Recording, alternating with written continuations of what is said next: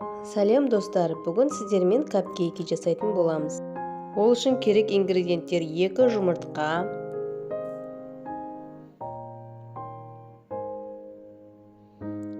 қант керек болады, сұйық май, сүт, ұн керек, разрыхлитель керек болады. Осылардың бәрін жақсылап араластырып аламыз.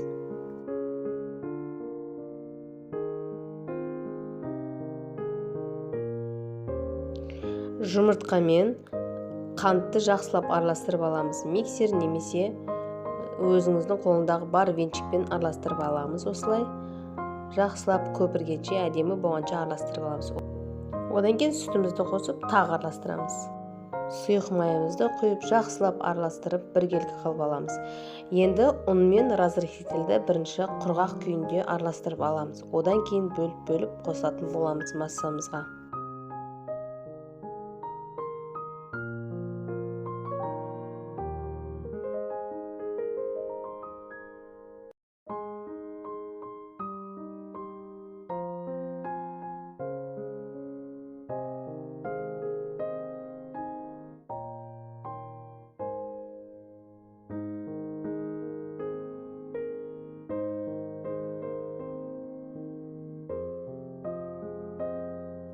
Бізде осындай әдемі масса шықты. Осы алдыңызда көріп тұрғандай осындай формаларға құйып аламын мен. Мынандай форманы астына силиконовый форма мен қойып аламын.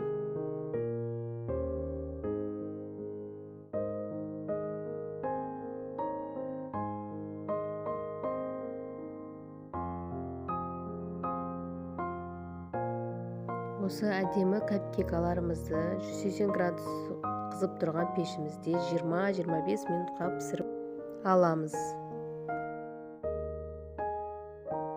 Міне менің кекстерім әдемі болып пісіп шықты. Капкейкаларым көріп тұрғандарыңыздай әдемі болып пісіп шықты, қызарып. Енді маған керегі 250 грамм сливки керек, 200 грамм творожный сыр керек және қант ұнтағы керек болады. Осы массамызды жақсылап миксерлеп аламыз.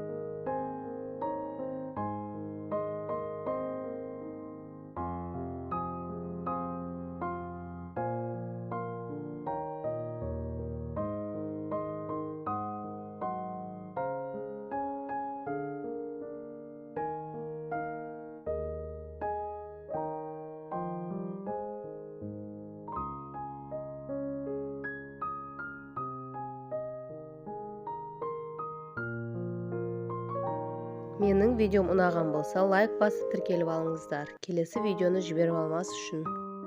Міне менің крем осындай әдемі крем болып шықты. Енді осыны кондитерский мешокқа салып, өзіңіз қалағаныңызша әдемілеп кремді жақсылап жағып шықсаңыз болады. Міне көріп тұрғандарыңыздай әдемі масса шықты. Енді осыны кондитерский мешокқа салып, формасын келтіріп, гүл жасап, капкейкаларымыздың үстіне құйып шығамыз. Міндетті түрде жасап көріңіздер, өте әдемі, сондай нәзік болып шығатын капкейкалардың бірі.